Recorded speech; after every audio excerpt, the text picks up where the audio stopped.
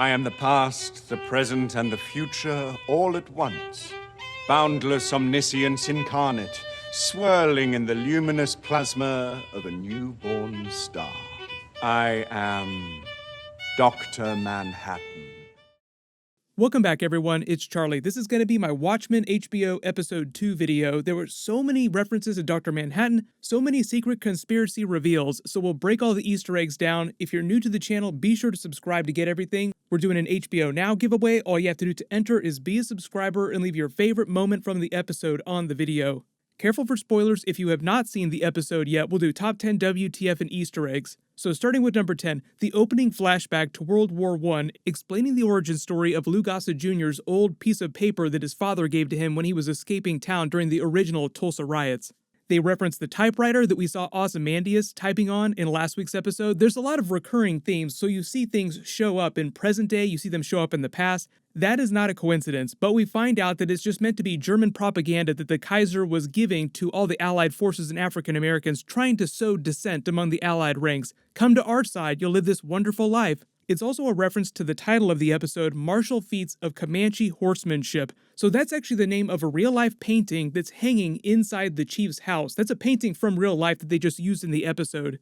The artist George Catlin drew it as a reference to a special military tactic that he observed the Comanche horsemen using to evade the weapons of their enemies by dropping to the side of the horse, then coming back up and changing, quote-unquote, to the other side of the horse if necessary to defeat their enemies.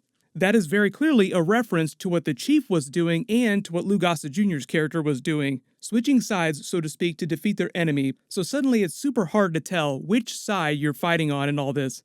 Number 9, all the Dr. Manhattan references during the first line of questioning inside the secret bakery Batcave. The code to her safe is 1985, the year of the original comic book. She rents a little bit of grief, but you notice the blue light of the coffee maker shining in the darkness. That's just another Dr. Manhattan reference. There's a lot of blue in scenes. If you ever notice something that's particularly blue, typically that's there on purpose as a Dr. Manhattan reference. We'll talk about Ozymandias' play with the very notable blue person in it in a second. She doesn't learn completely who he is till the end of the episode, but then he makes all these references to Dr. Manhattan's powers. Maybe I'm Dr. Manhattan. He can make himself look like a human. He can grow. He can change the molecular structure of objects, give off energy blasts, change the color of his skin.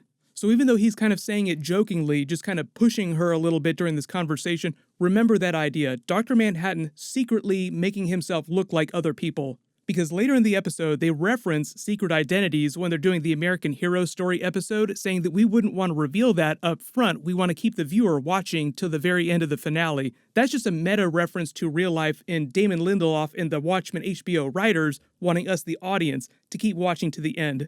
Like I said, so many hidden Dr. Manhattan references as if they want you to think that he's secretly walking around and we're watching him in episodes without realizing that he's here on planet Earth already. But they do reference him being on Mars during her conversation with her son. But there's even more Dr. Manhattan references during that too. When she's talking to him, trying to tell him that his uncle, quote-unquote, the chief is dead, and he gets all upset, he's actually building this big structure that looks just like the structure that Dr. Manhattan was building on Mars with magnets, some special technology, just really cool space-age toys. But you notice it also kind of resembles the castle that Ozymandias is currently living in all the scenes that we've seen him in.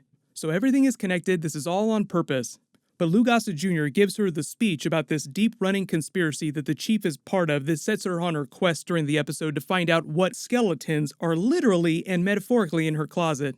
Number 8, the conspiracy theorist at the newsstand kind of tells you what the episode is all about. He claims that President Robert Redford is behind the raining baby squids to distract people from what's really going on so that they'll all be busy fighting each other and they won't see what the government is doing. Which is kind of a metaphor for what's going on with the storyline with the cavalry, because it sounds like the chief in this greater conspiracy was meant to engineer all this fighting that was going on in Tulsa between the cavalry and the local population so that they wouldn't pay attention to what the government might be doing. Like all this cavalry stuff is just a ruse. Nobody really cares about it. Number 7 was the flashback to the actual White Night when the cavalry attacked them. It's Christmas Eve. You notice that the clock hits midnight, the doomsday clock reference when they attack. She has a really badass takedown, but she almost gets killed, and a lot of you probably suspected what was really going on with the chief when she passed out looking at the Rorschach mask and then woke up to the chief's face, like they wanted to visually tell you that he was connected to the cavalry somehow. He seems really sure of himself when he's telling her about everything, and chuckingly seems like he has a plan for the police putting on masks when she says that she doesn't want to quit. Well, shucks, I guess I'm not going to quit either. What I think is going on here is that he does have a soft spot for her, but he's clearly connected to this larger conspiracy because the senator is at his house later, and he shows up in next week's episode too. So this goes way up the government. Like Lou Gossett Jr. says, there's this vast conspiracy. You have no idea. It'll blow your mind. They make all kinds of references to the original Watchmen series. They go to the Nixonville. There's literally a statue of Nixon there with an original American flag with only 50 stars on it, because remember, there's 51 now because Vietnam is an official part of the United States. But number 6, you guys all probably recognize the Jim Beaver cameo and the Tales of the Black Freighter references. So I think the idea is that Jim Beaver is the grandfather of her adopted children. They haven't completely explained how she wound up adopting them, but it's probably connected to something related to 7th Cavalry stuff, because he seems like he kind of sympathizes with them, and they both really hate each other, clearly. But when she walks into the middle of their game, they're talking about ghosts, they're talking about him sinking to the bottom, a pirate ship. That's all Tales of the Black Freighter. The Nine Inch Nails music during the episode was great too. The piano track that started playing during this scene kind of sounded like Hurt.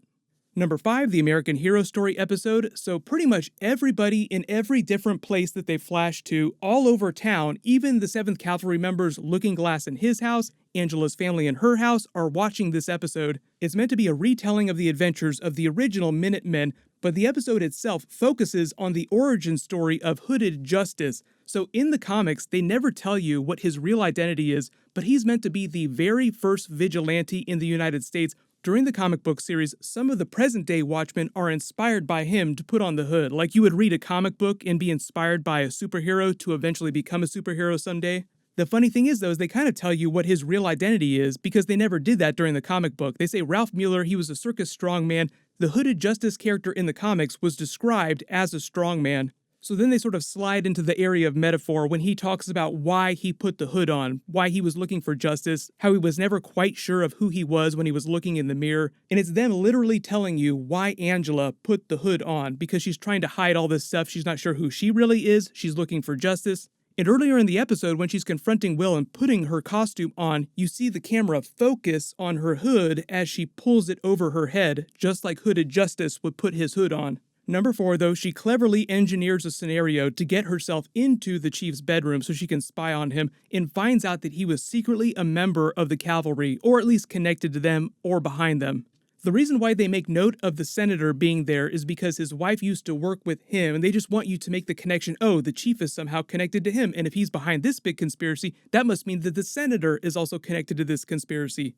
She's got some really badass goggles, but that's kind of them reminding you that in this alternate future, they have this Dr. Manhattan derivative technology that's way more advanced than stuff that we have in present day. She walks out, they zoom in on the painting that's named Martial Feats of Comanche Horsemanship, which I already explained. But as the camera zooms in on the white horse, they transition to Ozymandias back at that giant castle. So number 3, Ozymandias' secret play. There were so many mind-blowing reveals. I love what Jeremy Irons is doing with this character. They reveal that all of these people, Tom Masson and the other helper, are clones. There's a bunch of them. Would you like to be the new Mr. Hughes? Oh, I would like it very much, sir. Right after he burns the last clone alive without any sign of regret. So a lot of you were confused about the horseshoe moment in last week's episode. Why didn't he know it was a horseshoe? And a lot of people tried to make the connection to Dr. Manhattan of the original series. So there's this comic book panel. Dr. Manhattan is slowly losing his humanity in his connection identifying human objects. Like he's looking at a bra sitting in bed and he doesn't realize what it is. Like, what is this thing that I'm holding again? Because he can't remember being human. But part of the reason why I think that he didn't recognize the horseshoe is because he's not completely all there up top. But earlier in the episode, Lou Gossett Jr.'s character talks about how Dr. Manhattan can create copies of himself, and while this Dr. Manhattan play is going on in Ozymandias' house, you have all these different copies of people. So many more Dr. Manhattan references. I'm sure it's going to be the same thing in next week's episode too. It's going to be crazy. But very clearly, the play, The Watchmaker's Son, is literally the origin story of Dr. Manhattan that they're telling. I both loved and hated that he burned the clone alive as part of it. Like, he didn't even bother to pretend, no, we're going to waste this one to make the play more authentic.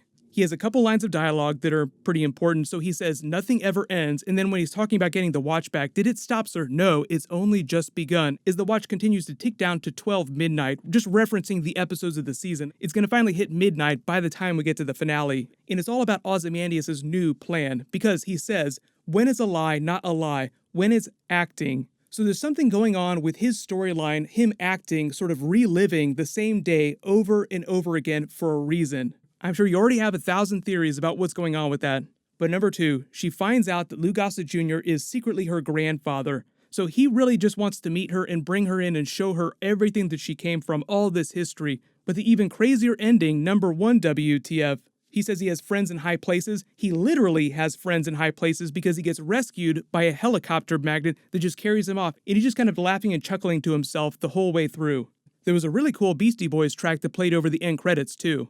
But clearly he has something to do with this larger conspiracy that the government is enacting. He's connected to those people with those crazy resources, because who else would be able to send something like that to go pick him up and literally carry the car he was in off? So everybody post all your conspiracy theories about what's really going on in the comments below. But episode 3 will be next week. Congratulations, Jose Z, you're the giveaway winner from my last big Watchmen video. Please email me on the About page of my channel so I can get your contact details. Everyone, click here for my Watchmen episode 1 video, and click here for my brand new Witcher Netflix trailer, Easter eggs, and release date. Thank you so much for watching. Everybody stay awesome. I'll see you guys tonight.